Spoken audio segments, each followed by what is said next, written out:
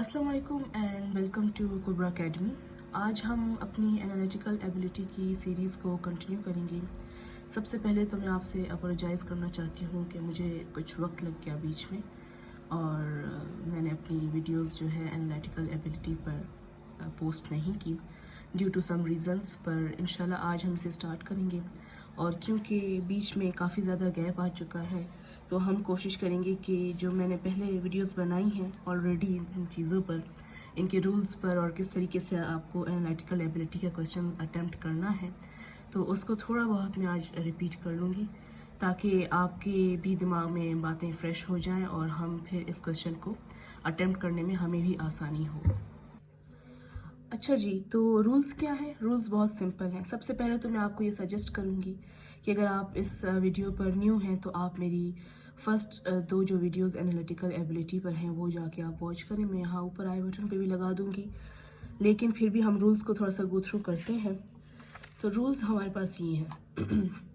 आपने इससे पहले क्वेश्चन देखा, तो क्वेश्चन देखने के बाद काफ़ी ज़्यादा लोग जो है वो पैनिक हो जाते हैं कि इस तरह का क्वेश्चन हम किस तरह अटेम्प्ट करेंगे। तो सबसे पहला जो इसका रूल है वो ये है कि आपने पैनिक नहीं होना।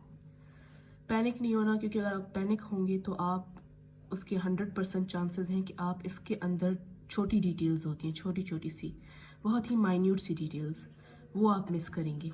इनके रिलेशनशिप में आप गलती करेंगे। तो सबसे पहले आपने पैनिक नहीं होना क्योंकि ये जो क्वेश्चन है ये बहुत इजीली सॉल्व हो जाते हैं अगर आप इसे थोड़ा सा काम होकर ठंडे दिमाग से इसको स्टडी करेंगे, रीड करेंगे और फिर आप इसे सॉल्व करने की कोशिश करेंगे। तो पहला रूल तो ये है।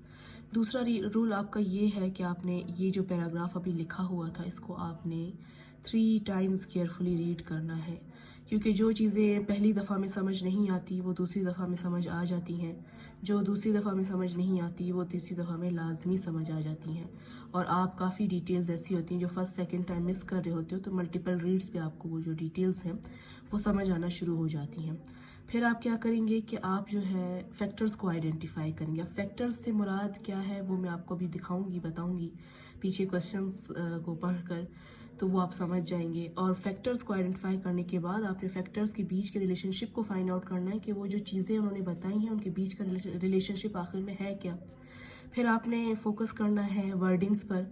कहीं पे होगा मस्ट, कहीं पे होगा ओनली, कहीं पे काफ़ी वर्ड्स होंगे। आपने जो है ना आइदर और इस तरह के वर्ड्स पर फोकस करना है, क्योंकि यही जो वर्ड्स होते हैं वो गेम चेंजिंग होते हैं।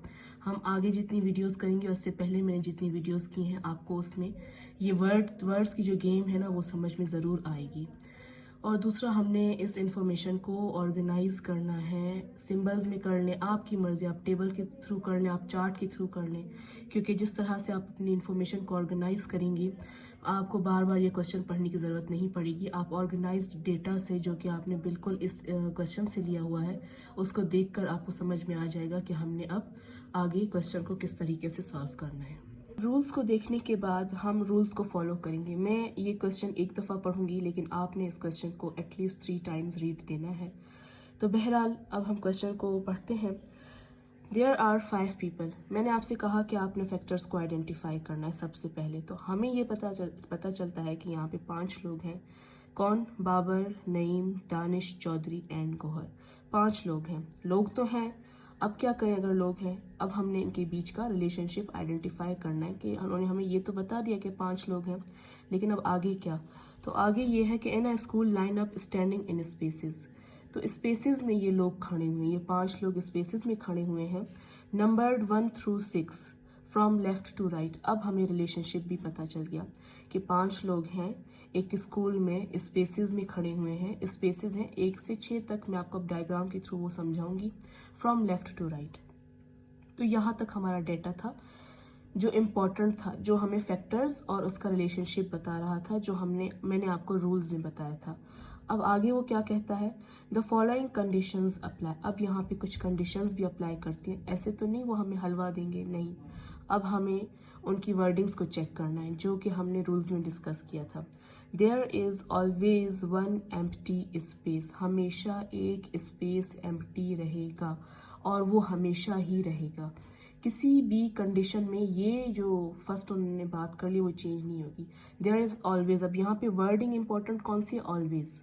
हमेशा वन एम्प्टी स्पेस वो रहेगा। आपने अपनी वर्डिंग्स को गौर से पढ़ना है, अदरवाइज आप ये क्वेश्चन सॉल्व नहीं करेंगे। अब हमें एक इन्फॉर्मेशन पता चल चुकी है। फिर क्या कहता है, Chaudhary is not standing in space 1, 3 and 5। जो चौधरी है वो इनमें से 3 स्पेसेस में से किसी पर भी खड़ा नहीं होगा। एक तो नंबर 1 पे, दूसरा नंबर 3 पे, तीसरा नंबर 5 पे। इससे रिलेटेड जितने भी क्वेश्चंस हैं हमें हर दफ़ा इस बात का ख्याल करना है कि एक तो स्पेस एम्प्टी होनी चाहिए, दूसरा चौधरी ने इन 3 जगहों पे खड़ा नहीं होना। इसके अलावा वो 2 पे, 4 पे, 6 पे खड़ा हो सकता है। Gohar is third from the left. अब जो गोहर बनता है वो लेफ्ट साइड से थर्ड पोजीशन पे खड़ा होगा। अब मैं आपको डायग्राम के थ्रू वो समझाऊंगी तो आपको पता चलेगा कि गोहर की पोजीशन थर्ड है, वो तीसरे नंबर पर ही खड़ा होगा और वो लेफ्ट साइड से हम जब काउंट करेंगे तो वहाँ से वो थर्ड पे आएगा। और लास्ट इसकी कंडीशन है, Babar is standing to immediate left to Naeem. Naeem के बिल्कुल लेफ्ट साइड पे बाबर ने खड़ा होना है। बेशक नईम कहीं पर भी खड़ा हो जाए उससे हमें फ़र्क नहीं पड़ता, लेकिन जहाँ भी नईम खड़ा होगा उसके लेफ्ट साइड पे बाबर को लाजमी खड़ा होना है। अब जो मैंने आपको लास्ट बात बताई कि हमें डेटा को ऑर्गेनाइज करना है, तो अब हम करेंगे अपनी डेटा को ऑर्गेनाइज।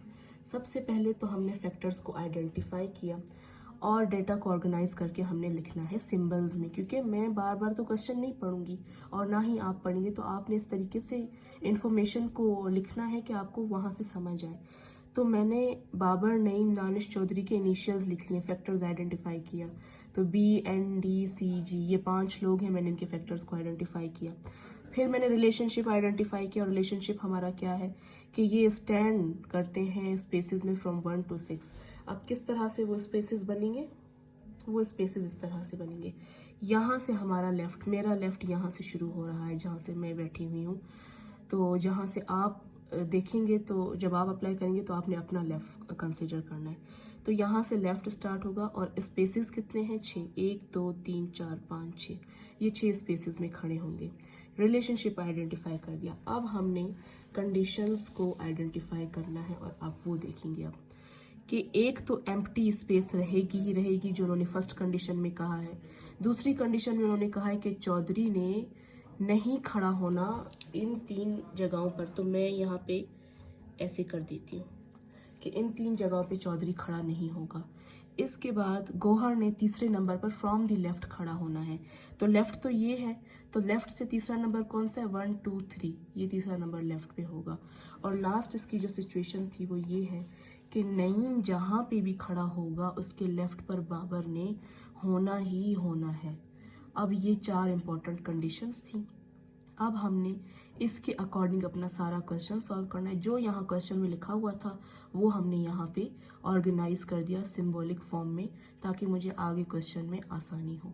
अब हमारे पास जो ये डेटा था जहाँ पर इन्होंने हमें इंफॉर्मेशन दी थी और साथ में कंडीशंस दी थी, इसको हमने ऑर्गेनाइज कर दिया है यहाँ पे अपनी आसानी के लिए, क्योंकि आप जो है बार बार क्वेश्चन तो नहीं पढ़ सकते, तो आपने सिंबॉलिक फॉर्म में इसको चेंज कर दिया। अब ये जो है अप्लाई किस पे होगा, ये अप्लाई होगा उस डेटा के नीचे। आपको 4 से 5 या उनकी मर्जी है क्वेश्चन देने वालों की कि वो 6 क्वेश्चन 7, उनकी मर्जी है जितने वो क्वेश्चन अपने डेटा में से निकालना चाहे निकाल के आपको एक पूरा फुल फ्लेज क्वेश्चन बना के दे सकते। अब हमें ये डेटा मिल चुका है, अब हम क्वेश्चंस की तरफ चलेंगे। और जो पहला क्वेश्चन है वो है हमारे पास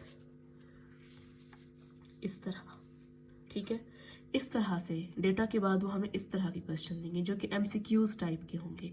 और MCQs टाइप के क्वेश्चन में हमने राइट आंसर को सिलेक्ट करना है अपने ऑर्गेनाइज्ड डेटा की मदद से।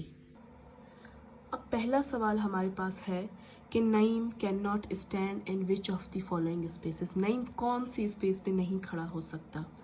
तो अब हमने अपना जो डेटा था वो ऑर्गेनाइज किया हुआ था ऑलरेडी। हमें सबसे पहले पता है कि 6 स्पेसेस हैं, तो हमने यहाँ पे 6 स्पेसेस फ़िलहाल बना दी हैं। और 2-3 और चीज़ें देख लेते हैं। एक एम्प्टी स्पेस है, ठीक है। चौधरी 1 2 3 1 3 5 पे नहीं खड़ा हो सकता, फाइन। लेकिन यहाँ पे एक इन्फॉर्मेशन हमारे पास स्ट्रांग है कि गोहर जो है वो 3rd नंबर पे खड़ा है, तो हमने यहाँ पे गोहर को खड़ा कर दिया, ठीक है। अब नईम से रिलेटेड हमारे पास कौन सी इन्फॉर्मेशन है, वो है कि नईम जहाँ पे भी खड़ा होगा उसके लेफ्ट साइड पे बाबर ने खड़ा होना है। ये आप अपने दिमाग में रखें। फॉर एग्जांपल अगर हम नईम को इस जगह पे खड़ा करें तो बाबर यहाँ पे आएगा, ठीक है। अगर हम नईम को इस जगह पे खड़ा करें, ठीक है, 5th प्लेस पे, तो बाबर ने यहाँ पे आना है, सही है। लेकिन आप सोचें अगर हम नईम को इस प्लेस पे खड़ा करें तो क्या बाबर यहाँ पे आएगा, इस 3rd प्लेस पर? मैं एक दोबारा से यहाँ पे ड्राइंग बना के आपको बता देती हूँ, ठीक है। 6 स्पेसेस हैं, ये तो मैंने आपको बताया। अगर नईम को यहाँ पे खड़ा किया तो बाबर यहाँ पे आएगा, नईम को यहाँ पे खड़ा किया तो बाबर यहाँ पे आएगा। अब 3rd के लिए भी ना मैं बता देती हूँ। अगर फॉर एग्जांपल मैंने नईम को यहाँ पे खड़ा किया तो क्या बाबर यहाँ पे आएगा? नहीं। क्यों? क्योंकि ऑलरेडी यहाँ पे गौहर खड़ा हुआ है। तो फॉर एग्जांपल अगर मैं नईम को यहाँ पे खड़ा कर देती हूँ तो बाबर यहाँ पे आएगा, ठीक है ना। तो सबसे अप्रोप्रिएट जो चीज़ है हमारे पास वो ये है कि नईम यहाँ पे नहीं खड़ा हो सकता। क्यों? क्योंकि यहाँ पे गौहर खड़ा हुआ है और नईम की इस साइड पे बाबर ने आना है। एक और बात भी है, अगर हम नईम को यहाँ पे खड़ा करते ना 1st प्लेस पे, तो ये भी मुमकिन नहीं था क्योंकि यहाँ पे बाबर को आना था ना उसके लेफ्ट पर यहाँ पे तो कोई स्पेस ही नहीं बची। तो ये भी नहीं हो सकता कि नईम 1st प्लेस पे खड़ा हो जाए। लेकिन हमारे ऑप्शंस पे 1st प्लेस का जिक्र कहीं पर भी नहीं है, तो इसीलिए हम अक्सर एलिमिनेट करते हैं उस चीज़ को जो कि हमारे ऑप्शंस में होती ही नहीं है, हम वो बात सोचते ही नहीं है। तो सबसे जो अप्रोप्रिएट चीज़ है वो ये है कि नईम, ये 1 2 3 4 5 6, ये जो 4 नंबर है ना, यहाँ पे नईम नहीं खड़ा हो सकता क्योंकि अगर यहाँ पे नईम खड़ा होगा तो यहाँ पे बाबर को खड़ा होना चाहिए। लेकिन यहाँ पे बाबर खड़ा नहीं होगा क्योंकि गौहर ऑलरेडी यहाँ पे उस स्पेस पर है। तो यहाँ हमारा जो सही आंसर है वो है कि नईम 4th प्लेस पे नहीं खड़ा हो सकता। तो 4th A B C जो 3rd ऑप्शन है हमारा 4th, इसको हम टिक मार्क करेंगे क्योंकि नईम 4th प्लेस पे नहीं खड़ा हो सकता। अब हम चलते हैं अपने अगले क्वेश्चन की तरफ। तो हमारा जो नेक्स्ट क्वेश्चन है वो क्या कहता है, which one of the following is a possible ordering of 5 people from left to right. इनमें से इन्होंने हमें 5 जो है पॉसिबल ऑर्डर्स दे दिए हैं। अब वो हमसे पूछेंगे कि अब इनमें से कौन सा जो ऑर्डर है वो ठीक है, हो सकता है, ठीक है, पॉसिबल है। अब जब इस तरह के क्वेश्चंस आते हैं ना MCQs में, हम पहले कोशिश करते हैं कि हम एलिमिनेट करें। MCQs का सबसे बड़ा रूल होता है कि हमें पहले एलिमिनेशन करनी चाहिए, एलिमिनेट करना चाहिए।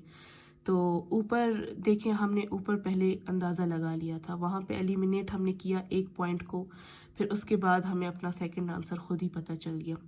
अब यहाँ पे हम डायरेक्टली, मैं कुछ सॉल्व नहीं करूँगी लेकिन मैं आपको यहाँ पे एलिमिनेशन का प्रोसेस समझाऊंगी। ये ऑर्डर टाइप के क्वेश्चन है जहाँ पे आपको ऑर्डर्स में किसी भी चीज़ को प्लेस करना होता है, कि वो बंदा हो या कोई चीज़ हो। तो जब इस तरह की वो ऑर्डर्स आपको दे देना तो हम अब एलिमिनेशन के प्रोसेस से काम लेंगे। ये एक ट्रिक है, आप इसे समझ लें।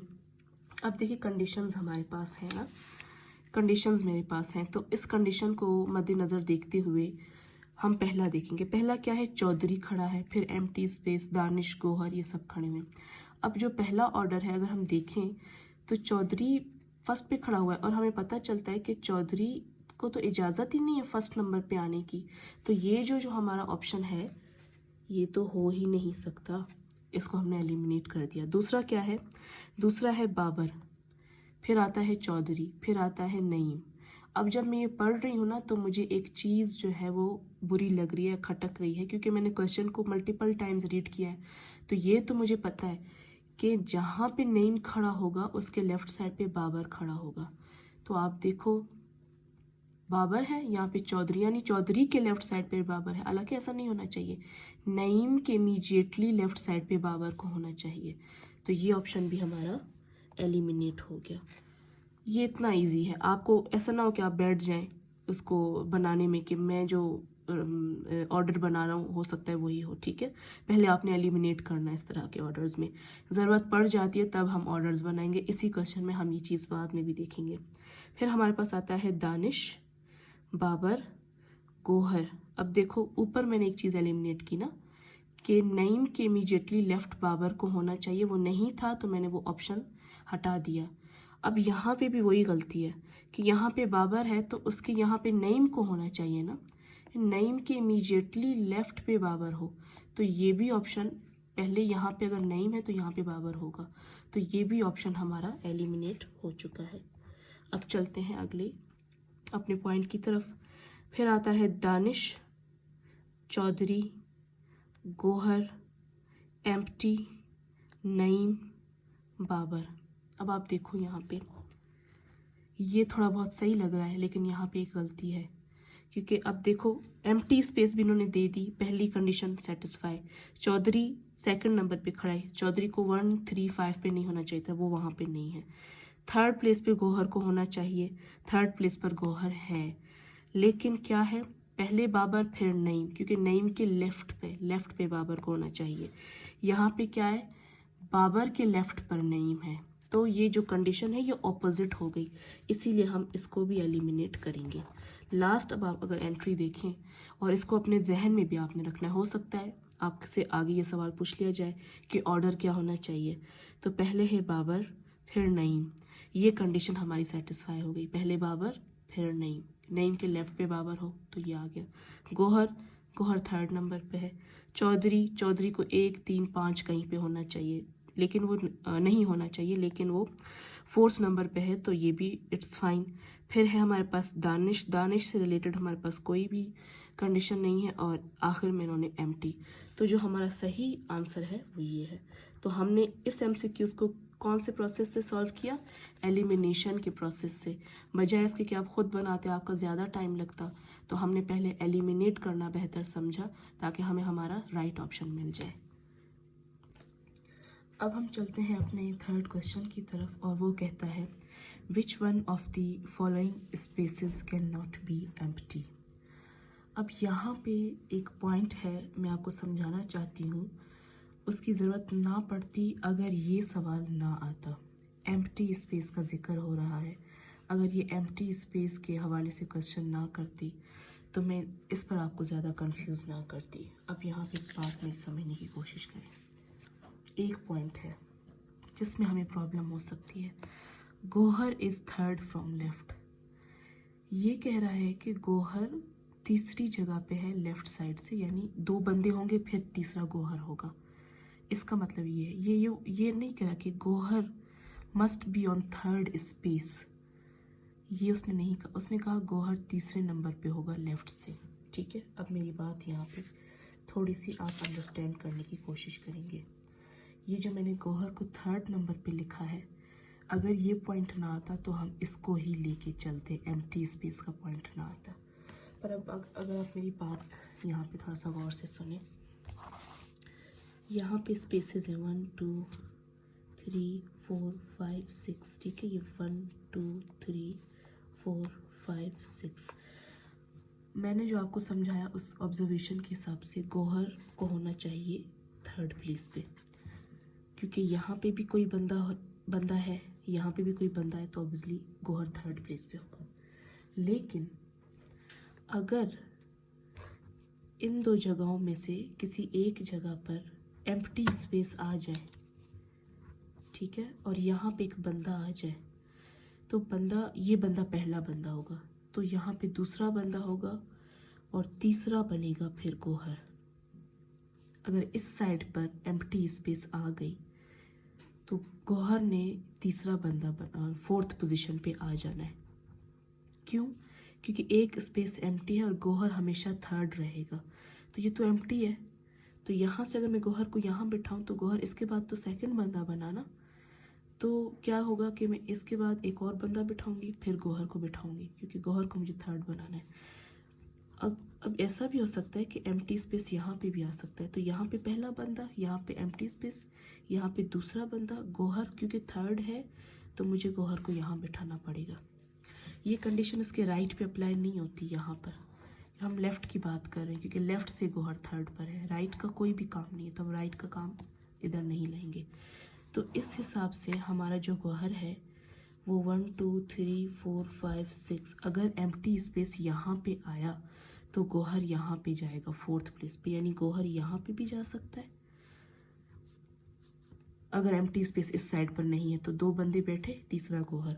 अगर एम्प्टी स्पेस इस साइड पर है तो फोर्थ नंबर पर गोहर आएगा। यहाँ पे फोर्थ स्पेस पे बैठेगा, क्योंकि अगर यहाँ पर किसी में भी एक एम्प्टी स्पेस है ना, तो गौहर को मजबूरन तीसरा बंदा वो यहीं पे बन रहा है फोर्थ पे, ठीक है। एक दो बंदे यहाँ पे बैठेंगे, ऊपर मैंने जो समझाया थर्ड गौहर है। यहाँ पे अगर एक बंदा बैठा, यहाँ पे एक बंदा बैठा, तो थर्ड गौहर बनेगा।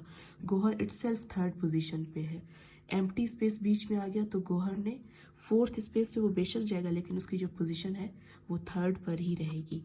अब आप देखो, मेरी बात समझने की कोशिश करते हैं। अब आगे, अब क्वेश्चन आपसे क्या डिमांड कर रहा है कि विच one of the following spaces can not be empty, कौन सी फॉलोइंग स्पेस है जो कि एम्प्टी नहीं रह सकती। तो अब हम अगर एलिमिनेशन के प्रोसेस पे चलते हैं, तो फर्स्ट ऑप्शन में क्या कहा गया है कि फर्स्ट प्लेस पे अगर एम्प्टी स्पेस हो, क्या वो हो सकती है या नहीं हो सकती ना। तो हम क्या करते हैं कि पहले फर्स्ट स्पेस को एम्प्टी बना के देखते हैं, यानी कि मैं इसको आगे कर देती हूँ, यहाँ पे बनाती हूँ। फर्स्ट को एलिमिनेट करते हैं कि वो होगा या नहीं होगा। 1 2 3 4 5 6 यहाँ पे फॉर एग्जांपल एम्प्टी प्लेस है, ए ऑप्शन है ना फर्स्ट, कि फर्स्ट पे एम्प्टी प्लेस हो सकता है या नहीं। फॉर एग्जांपल हमने फर्स्ट पे एम्प्टी प्लेस को रखा, तो एक बंदा यहाँ पे, एक बंदा यहाँ पे, गौहर आएगा यहाँ पे, ठीक है, और दो बंदे यहाँ पे। अब रूल्स के हिसाब से क्या कहा गया है कि बाबर और नईम ने साथ आना है ना, तो हम बाबर और नईम को यहाँ पे, बाबर को यहाँ पे, नईम को बिठा सकते हैं, और फिर गौहर ऑटोमेटिकली थर्ड नंबर पे है। ये कौन सा है, फिफ्थ नंबर पे चौधरी नहीं बैठ सकता, लेकिन दानिश तो बैठ सकता है, तो चौधरी को हमने यहाँ पे बिठा दिया। यानी जो फर्स्ट ऑप्शन है वो हो सकता है कि अगर हम फर्स्ट को एम्प्टी स्पेस दें तो हमारी जो अरेंजमेंट है वो राइट हो सकती है। फिर वो ऑप्शन बी में क्या बोल रहा है, अगर सेकंड स्पेस को आप एम्प्टी पे छोड़ दो, तो 1 2 3 4 5 6 हमने क्या किया, सेकंड को एम्प्टी पे छोड़ा, ठीक है। अगर हमने सेकंड को एम्प्टी पे छोड़ा, तो फर्स्ट और सेकंड ये, और यहाँ पे थर्ड, यानी कि गौहर ने यहाँ पे आना है, ठीक है। तो इन दोनों पर तो बाबर और नईम नहीं आ सकते। क्यों नहीं आ सकते, क्योंकि नईम के यहाँ पे बाबर को होना चाहिए लाजमी, तो यही जगह बचती है ना इन दोनों के लिए, यहाँ पे नईम और यहाँ पे बाबर, ठीक है। तो अब आप मेरी बात सुनो, हमारे पास दो स्पेसेस बचे, एक ये और एक ये। कौन बचता है, चौधरी। चौधरी कहाँ पे नहीं बैठ सकता, 1 पे 3 पे 5 पे, तो ये फर्स्ट प्लेस है, ये थर्ड प्लेस है, तो इन दोनों पे चौधरी तो नहीं बैठ सकता क्योंकि वो मना कर रहा है। तो इस केस में ये जो सेकंड ऑप्शन है हमारा, इसमें हम एम्प्टी स्पेस नहीं दे सकते क्योंकि चौधरी के लिए कोई ऑप्शन ही नहीं बच रहा। तो यहाँ पे हमारा राइट आंसर जो होगा वो ऑप्शन नंबर बी होगा कि which of the following space can not be empty. वो सेकंड स्पेस है जो एम्प्टी नहीं हो सकता। हम बाकियों को एलिमिनेट करेंगे भी नहीं क्योंकि यहाँ पे हमें अपना आंसर मिल चुका है। ये मैंने आपको कोशिश की है समझाने की पॉइंट को। अगर आपको समझ नहीं आता तो मुझे आप कमेंट बॉक्स में बताएंगे, मैं आपको ये पॉइंट दोबारा समझाऊंगी। अब आता है हमारा क्वेश्चन नंबर 4 और वो कहता है कि इफ़ स्पेस 6 इज़ एम्प्टी, अगर 6 स्पेस जो है वो एम्प्टी है। उन्होंने हमें खुद ही कंडीशन दे दी, ठीक है, हमें खुद एम्प्टी स्पेस को कहीं रखने की ज़रूरत नहीं है। Which one of the following must be false, इनमें से कौन सी स्टेटमेंट है जो कि फॉल्स है, सही नहीं हो सकती। तो प्रोसेस ऑफ एलिमिनेशन स्टार्ट करेंगे और रूल्स का आपको मालूम होना चाहिए, सही है। तो बहरहाल यहाँ पे मैं शुरू कर देती हूँ, बल्कि मैं आपको यहीं पर ही बता देती हूँ। ये कहता है अगर चौधरी को हम फोर्थ स्पेस पे बिठाएं, हम एलिमिनेट करेंगे ना, तो मैं यहाँ पे बना देती हूँ 1 2 3 4 5 6। क्वेश्चन के हिसाब से अगर हमने इसको एम्प्टी बना लिया तो ऑब्वियसली 1 2 3 यहाँ पे गौहर नहीं बैठना है क्योंकि दो बंदे तो यहाँ पे आएंगे ही आएंगे, एम्प्टी अगर उस साइड पे चला गया, ठीक है। और वो क्या कह रहे हैं, अगर चौधरी को हम फोर्थ प्लेस पे बिठा दें, यानी इस वाली जगह पे 1 2 3 4 5 6, तो क्या हुआ। तो आप देखो कि बाबर और नईम के लिए जगह बचती है ना, वो दोनों साथ में होंगे। तो यहाँ पे हम बाबर और नईम को बिठाएं और यहाँ पे दानिश को बिठाएं, तो ये स्टेटमेंट हमारी सही है, यानी कोई इशू नहीं है। अगर हम चौधरी को फोर्थ नंबर पे बिठाते हैं तो हमारी स्टेटमेंट के साथ कोई इशू नहीं होगा। अब हम दूसरे पे चलते हैं 1 2 3 4 5 6, और इस क्वेश्चन के हिसाब से आपके लास्ट में आएगा एम्प्टी स्पेस। अगर एम्प्टी यहाँ पे आएगा तो 1 2 3 गौहर ने यहाँ पे बैठना है, यहाँ पे दो लोग आएंगे, ठीक है। अब क्या बोल रहा है, दानिश स्टैंड्स इन स्पेस 4। अगर हम दानिश को यहाँ पे बिठा दें इस जगह पे, तो दो जो जगहें हैं वहाँ पे तो बाबर और नईम नहीं बैठना है, क्योंकि उन दोनों को साथ ही बैठना है। बाबर और नईम को यहाँ पे बिठा दिया, क्योंकि यहाँ पे तो दो जगह है नहीं, एक है। अब ये जो एक जगह है ये फिफ्थ है, और रूल के हिसाब से चौधरी फिफ्थ नंबर पर नहीं बैठ सकता। तो जो स्टेटमेंट हमारी फॉल्स होती है वो है statement number 2 without any other thought, क्योंकि हमने यहीं पे प्रूव कर दिया इस चीज़ को। अब हम चलते हैं अपने क्वेश्चन नंबर 5 की तरफ, और इस वक्त तक हमने अपने इतने क्वेश्चंस जो कर लिए हैं, हमें कंडीशंस तो इस वक्त तक रट जानी चाहिए। तो बहरहाल अब ये हमसे पूछ रहा है कि if Chaudhary stands in space 6 Danish must stand in which space. ठीक है, तो करके देखते हैं, हम यहीं पे इसको करके देखते हैं, कहीं और भी नहीं। ठीक है, पहले तो एम्प्टी स्पेस का मसला ख़त्म करेंगे। ठीक है, मैं आपको पहले ही एक सोल्यूशन, एक नॉर्मल सोल्यूशन से समझाने की कोशिश करती हूँ। 1 2 3 4 5 6 हमारे पास दो कंडीशंस आ सकती हैं। 1 2 3 4 5 6 अगर तो यहाँ पे कहीं पे एम्प्टी स्पेस नहीं आया तब तो गौहर ने थर्ड पे रहना है। यहाँ पे अगर एम्प्टी स्पेस हो, यहाँ पे एम्प्टी स्पेस नहीं हुआ तो दो लोग खड़े होंगे, तो ऑब्वियसली गौहर थर्ड पे होगा।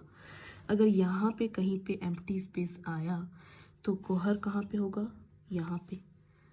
ठीक है, लेफ्ट से। अगर यहाँ पे एम्प्टी स्पेस फर्स्ट पे आया या सेकंड पे आया या थर्ड पे आया तो गौहर ने यहाँ पे खड़ा होना है। पहले तो हमने गौहर की सेफ्टी को इंश्योर किया कि गौहर थर्ड पे होना चाहिए, तो उसके लिए हमारे पास एक कंडीशन ये बनती है, दूसरी कंडीशन हमारे पास ये बनती है। ये बात आपको समझ में आ गई? तो अब वो क्या बोल रहा है, if Chaudhary stands in space 6, अगर चौधरी 6 नंबर पे चौधरी को हम खड़ा कर दें तो उसने एक कंडीशन हमारे लिए खुद ही आसान कर ली। चौधरी 1 3 और 5 पे नहीं खड़ा हो सकता, उसने चौधरी को खुद ही इस कंडीशन में 6th प्लेस पे खड़ा कर दिया। ठीक है, कि वो 6 पे ही लाजमी होगा। अब आप देखो, एक और कंडीशन है बाबर और नईम की। सही है, जो सेकंड कंडीशन है इसमें बाबर और नईम तो आ ही नहीं सकते गौहर के बाद, क्योंकि यहाँ पे एक ही स्पेस एम्प्टी है। और फर्स्ट कंडीशन में आप बताओ क्या आ सकते हैं बाबर और नईम? देखिए, फर्स्ट कंडीशन में भी बाबर और नईम यहाँ पे नहीं आ सकते, क्योंकि गौहर अगर थर्ड नंबर पे है तो इसका मतलब है कि एम्प्टी स्पेस यहाँ पर कहीं पर है। अगर यहाँ पे एम्प्टी स्पेस होता एक तो गौहर थर्ड नंबर पे नहीं होता, गौहर होता फोर्थ नंबर पे, जो कि मैंने कंडीशन 2 में आपको बता दिया। तो इसका मतलब ये है कि या तो एम्प्टी स्पेस यहाँ पर है या तो यहाँ पे है, क्योंकि यहाँ पे दो बंदे होंगे तभी तो गौहर थर्ड पर आएगा ना। तो बाबर और नईम यहाँ पर भी नहीं आ सकते, क्योंकि यहाँ पे कोई एक एम्प्टी स्पेस है जिसकी वजह से गौहर थर्ड नंबर पर है। तो बाबर और नईम यहाँ पर आएंगे। ठीक है, और यहाँ पर भी किसी जगह पे बाबर और नईम है, या यहाँ पर बाबर और नईम है या यहाँ पर बाबर और नईम है अपनी इस कंडीशन के हिसाब से।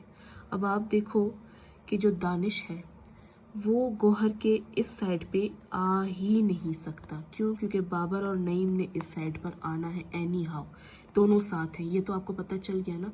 लेकिन यहाँ पे भी दानिश आ सकता है अगर इन केस एम्प्टी स्पेस यहाँ पे कहीं पे हो रही है, और यहाँ पे दानिश यहाँ पे भी आ सकता है, यहाँ पे भी। अगर यहाँ पे आया तो यहाँ पे एम्प्टी स्पेस, अगर यहाँ पे आया तो यहाँ पे एम्प्टी स्पेस। ये एक ईजी तरीका है आपको समझाने के लिए। अगर आपको समझ नहीं आई तो मैं आपको दोबारा समझाऊंगी। एम्प्टी स्पेस अगर गौहर के लेफ्ट में है तो गौहर ने अल्टीमेटली इस जगह पे आ जाना है। ठीक है, अगर एम्प्टी स्पेस गौहर के लेफ्ट पर नहीं है, राइट पर है, तो यहाँ पर आप देखो, यहाँ पर तो एम्प्टी स्पेस आ ही नहीं सकती। यहाँ पे दो लोग होंगे तभी तो गौहर आएगा। तो यहाँ पे बाबर और नईम नहीं आ सकते, क्योंकि दोनों को साथ आना इस जगह पे। तो हमने यहाँ पे बाबर और नईम को बिठा दिया, और यहाँ पर एक एम्प्टी स्पेस है और बाबर और नईम यहाँ पे आएंगे। क्यों? क्योंकि यहाँ पे है ही एक एम्प्टी स्पेस। तो ये हमें क्या बताती है कि 4 जगह पे भी दानिश आ सकता है और 5th पे भी आ सकता है। इस कंडीशन के लिहाज से भी और इस कंडीशन के लिहाज से भी 5th पे दानिश आ सकता है। तो इस अपनी कंडीशन के हिसाब से आप देख लें कि दानिश हमारे पास 4 और 5 पे आएगा, तो ऑप्शन जो ई है वो हमारा राइट ऑप्शन है। ये भी अगर आपको इसका कॉन्सेप्ट सही से समझ नहीं आ रहा तो आप मुझे बताइएगा, मैं दोबारा आपको समझाऊंगी। लेकिन इस वक्त तक जितने भी हमने क्वेश्चंस किए हैं, मुझे नहीं लगता कि आपको मेरी ये बात समझ में नहीं आई। सिर्फ आपने ये सिंपल गौहर का कॉन्सेप्ट समझना है, जो कि मैंने आपको क्वेश्चन नंबर 3 से समझाना शुरू किया है। अगर आपको ये बात समझ में आ गई तो इसका मतलब है कि आपको बाकी के जो 3 सवाल हैं वो समझ में आ गए। मुझे उम्मीद है आपको हमारी ये वीडियोस बहुत अच्छे से समझ आई होंगी और ये क्वेश्चन भी समझ आ चुका होगा। अगर कोई भी सवाल है तो आप मुझे कमेंट बॉक्स में लिख दीजिए। तो आज का जो क्वेश्चन था ये पिछले क्वेश्चन से काफ़ी टफ था और मैंने पूरी कोशिश की है कि मैं टाइम लेके आपको ये क्वेश्चन समझाने की कोशिश करूं। फिर भी अगर आपको कोई बात समझ ना आई हो तो आप मुझे कमेंट बॉक्स में बताइएगा। हम इंशाल्लाह कोशिश करेंगे कि नेक्स्ट वीडियो में इसे सॉल्व करें। मिलते हैं अपनी अगली वीडियोज़ में, तब तक के लिए दुआ में याद रखिएगा। अल्लाह हाफिज़, अल्लाह निगहबान।